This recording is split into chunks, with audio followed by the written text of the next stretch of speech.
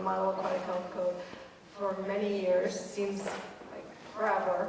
And so I'm very excited that it's finally going to be coming out this year. So very, very exciting time for us. Okay, so like I said before, the CDC started an idea back in 2005, and they said it was Captain Charles Otto, if anybody knows him, and Dr. Michael Beach from CDC, and they said, oh, in 2005, we have never had a meeting on recreational water illness for treated venues. Never in 2005. And they said, let's have a meeting. That sounds like a really great idea. So what they did is they invited 100 people around the United States, and they sent them over to CDC for like a brainstorming session and said, what do we know about recreational water and what do we need to know? And they broke us into 4 different groups. And the prevention group came up with this novel idea and said, why don't we have a national model code with this broad input? And everyone thought that was the best thing that came out of the meeting. It was a fabulous idea. We want to make sure that it's data-driven, it's based on science.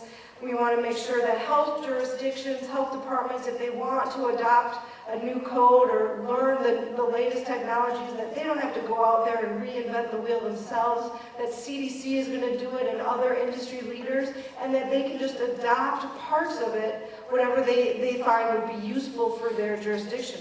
That was the whole concept behind that. They want to make sure that it's updated regularly so it doesn't go on for years and years and never have any changes. And they wanted it to be free and accessible to everybody. So an operator can go on the website and download the code for free. The health official can do that. Nobody has to drive to the health department to get the code. They want that to be free and available, and they're using the web for that. So the vision and the objective is really just to make sure that it's knowledge-based. Wouldn't it be nice to have a code based on science? That's fabulous. Anybody familiar with the FDA food code, FDA model food code? A few of you that are health officials have. Right, when that came out, wasn't that great? Now you could go tell your food operator, hey, you really do have to cook that chicken to 165? Because if you don't, salmonella will continue to grow. I mean, it was great science, and we got a lot more respect out in the field when we were able to say, this is the science behind our regulation. This is why we want you to follow it. I'm not just pulling this out of the air, folks. This is the actual science. And that's really the impetus of the MAHC. That's what we want, and that's what we've finally found. The vision, of course, is a uniform set of guidelines. A lot of designers, folks in industry, get frustrated that in one town they can design a pool this way, and in another town, 10 miles away, they have to follow a different code, and in another state, they have no codes at all. Still, in 2012, there are states that do not have swimming pool regulations. Okay, so the scope of the MAHC is all areas of the public health concern. We want to prevent illness, injury, drowning, and deaths, right? That's what public health is all about. We looked at just the public venues. We looked at the water, the air-water interface. We looked at play features, anything that people would be touching. I think I spoke to campus back in 2004. I did some research on water parks and all the play features around there. And I remember the audience saying, oh my goodness, I never even thought about this. But when you go into an aquatic venue, how do you think they're cleaning those handrails and those little play features that the toddlers are sitting on? Those are pretty good questions, right? If you're doing inspections, are you guys looking at that? Maybe not. We've incorporated that into the MAHC. That's what I'm talking about.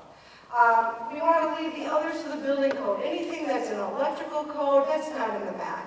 Anything that's a fire in the fire code, that we're just referencing the fire code. These are all man-made, treated water venues, healthcare-based pools. You guys all regulate therapy pools, right? Okay, good. Then I don't have to go on to that spiel. But we decided that therapy pools, when you take a look at therapy pools, they're not run very well. So a study that we did in Wisconsin that wasn't published, out of 15 therapy pools, 12 of them did not have enough chlorine residual. Here we have these immunocompromised patients. They're running 10 to 15 people through these little therapy pools a day, and there's no chlorine in there. That's crazy.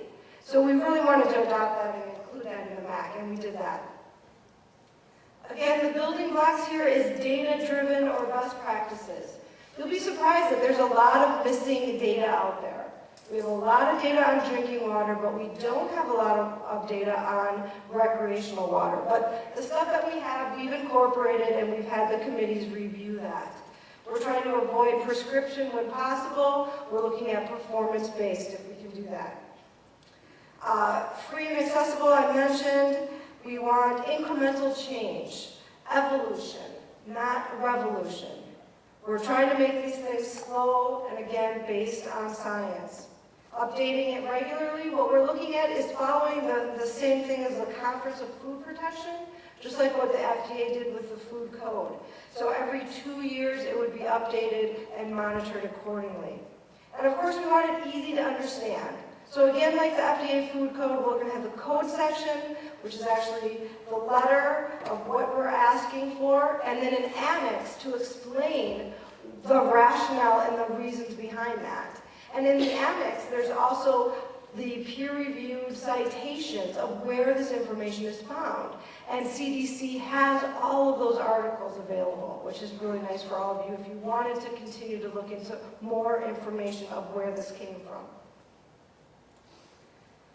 Again, and I think Doug mentioned this is a non-regulatory document. It is a guidance document. It is not enforceable as far as if a jurisdiction adopts part of it, all of it, it is enforceable at that point. But until then, it is not enforceable. Obviously, CDC is promoting the MAHC to the state and local health departments that are updating their pool codes to help them if they wish to have their help. It takes a long time. Like I said, there is legislation in California right now for one component of the MAHC, and I'll talk about all the components out there, but this kind of stuff does not happen overnight. And CDC in the year 2000 came out with a fecal accident policy. Do you guys remember this? It was like what to do when there's poop in the pool or something like that, some goofy name. It took 5 to 10 years to be adopted into most of the aquatic codes. 5 to 10 years. And that was like a 2-page document, 1 to 2-page document. And so again, some codes still don't have that in there, but it took that long. So this change does not happen overnight. And another thing that we really talked in length about, and the whole issue with VGB, and of course ADA came out, we thought that if the MAHC was already out there and available, that fixing the public health problems, that we wouldn't have Congress creating VGB-like legislation because we would have done it ourselves. So this is, again, another reason to get the MAHC out there. We do not want legislators to make decisions and make codes for us.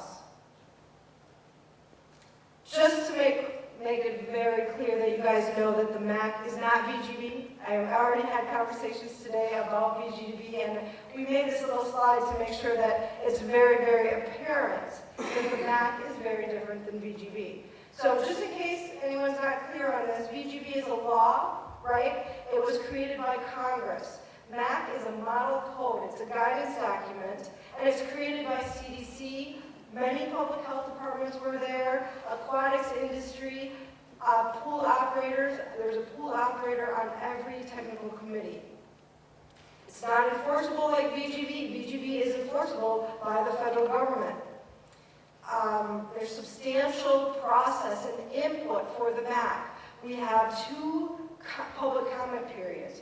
Most of the modules have already gone through the 60-day public comment period, and we will have 1 more, like I mentioned before. I'll talk a little bit more about that. VGB, did you guys put in your input on VGB when Congress was writing that law? They didn't ask me. Did they ask you? Did you guys do that? No. Public comment, again, there was not public comment for the VGB law. Can it be updated?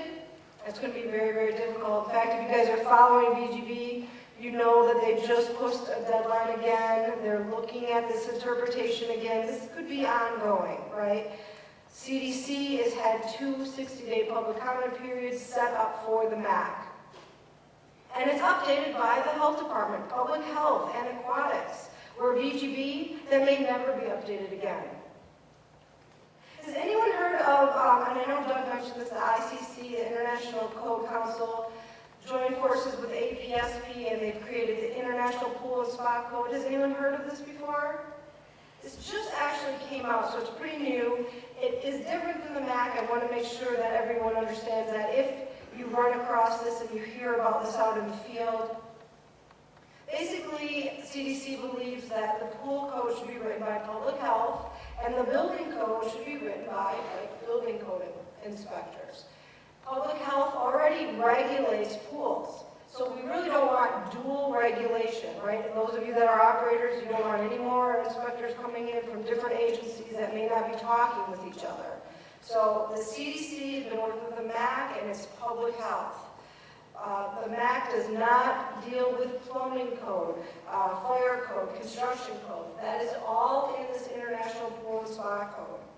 But, of course, public health is hygiene, right? That's in the MAHC. Recirculation, ventilation, water quality, all of that is incorporated in the MAHC. It should be enforced by the public health officials. It should be written and continually updated by public health officials.